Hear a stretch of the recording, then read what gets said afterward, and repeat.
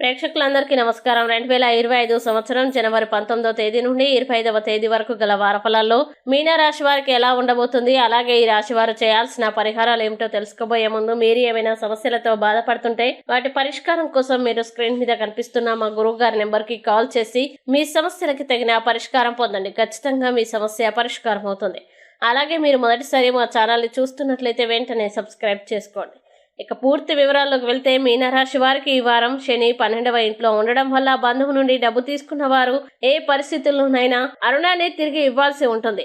ఈ వారం కొత్తగా ప్రారంభించడానికి చాలా అనుకూలంగా ఉంటుంది. పిల్లల ప్రవర్తనతో సంతోషిస్తారు. ఇంట్లో ఆనందం మరియు శ్రేయస్సు ఉంటుంది. సినిమా మరియు విద్యా ప్రపంచంతో అనుబంధం ఉన్న వ్యక్తులకు ఇది గొప్ప సమయం.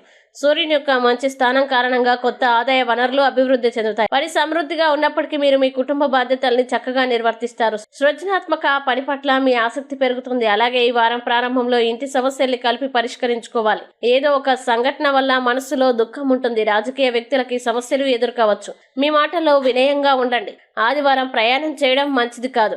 చెడు సాంగత్యానికి దూరంగా ఉండండి, లేకపోతే మీ సామాజిక చిత్రం దెబ్బతింటుంది. తోబుట్టువులతో మనస్పర్ధలు ఉండవచ్చు. భుజం సమస్యలు వచ్చే అవకాశం ఉంది. మీ పనిలో వ్యక్తులు జోక్యం చేసుకోవచ్చు. ఇంటర్వ్యూలో విజయం సాధించడం కష్టం. ముఖ్యంగా మంగళవారం నాడు ఎవరికైనా అప్పు ఇవ్వడం మానుకోండి. మీనరాశి వారు ఈ వారం చేయాల్సిన పరిహారాలు గనక చూసినట్లయితే గురుగ్రహం కోసం యాగహవనం చేయండి. అలాగే ఈ వారం మీనరాశి వారికి అనుకూల తేదీలు గనక చూసినట్లయితే వీరికి 20వ తేదీ చాలా మంచి రోజు.